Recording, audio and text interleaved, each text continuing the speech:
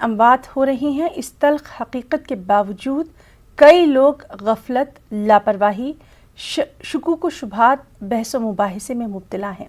Corona کو شکست دینے کے لیے عوام میں بیداری اور سنجیدگی ضروری ہے۔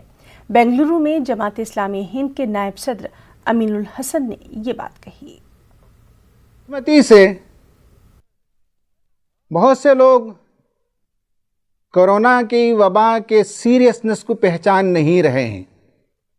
وہ ابھی بھی انہی مباحث میں الجھے ہوئے ہیں کہ یہ نیچرل فینومینن ہے یا یہ وائرس لیب انجینئرڈ ہے یا کسی کی سازش کا نتیجہ ہے۔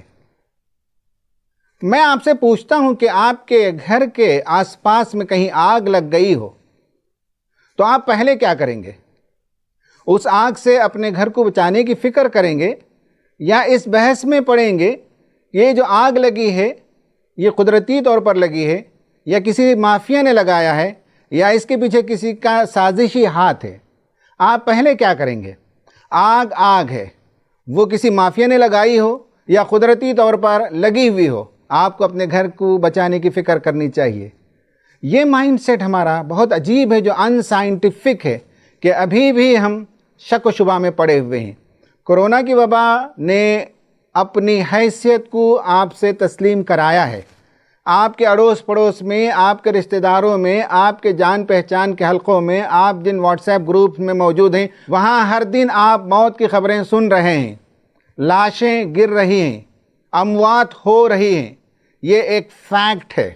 اس کی وجہ جو کچھ بھی ہو، اس فیکٹ کو تسلیم کیجئے کہ دنیا اس وقت کورونا وبا میں مبتلا ہے۔